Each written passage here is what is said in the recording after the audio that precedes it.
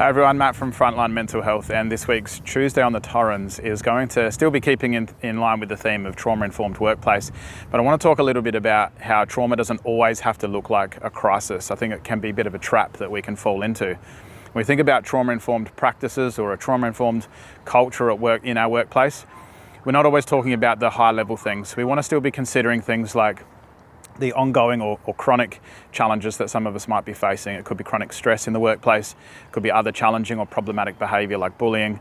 These are the things that we want to be considering when we hear these terms, trauma-informed cultures and workplace.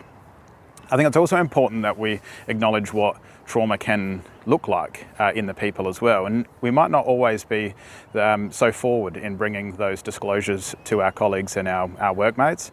Rather, they may be more observed behaviours that we are looking for. Things like withdrawal, maybe team members that are shutting down.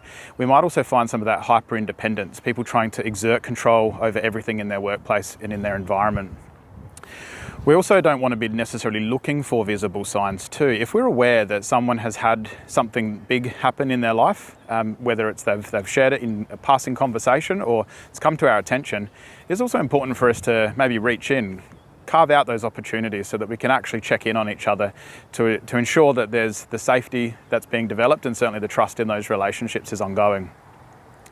The other important point I want you to consider as well when we think about trauma not always being in the crisis is I guess what it might look like for people to disclose to us. How much of their story do we actually need to know for us to be able to provide the best possible workplace? So whilst we might have maybe some genuine curiosity around what's going on, just being conscious of not asking too personal questions or really trying to get them to divulge everything. They just might not be ready to do that, might not be relevant. So if any of this is landing with you, please feel free to reach out to us at frontlinemh.com.au, and remember, your mental health is a priority.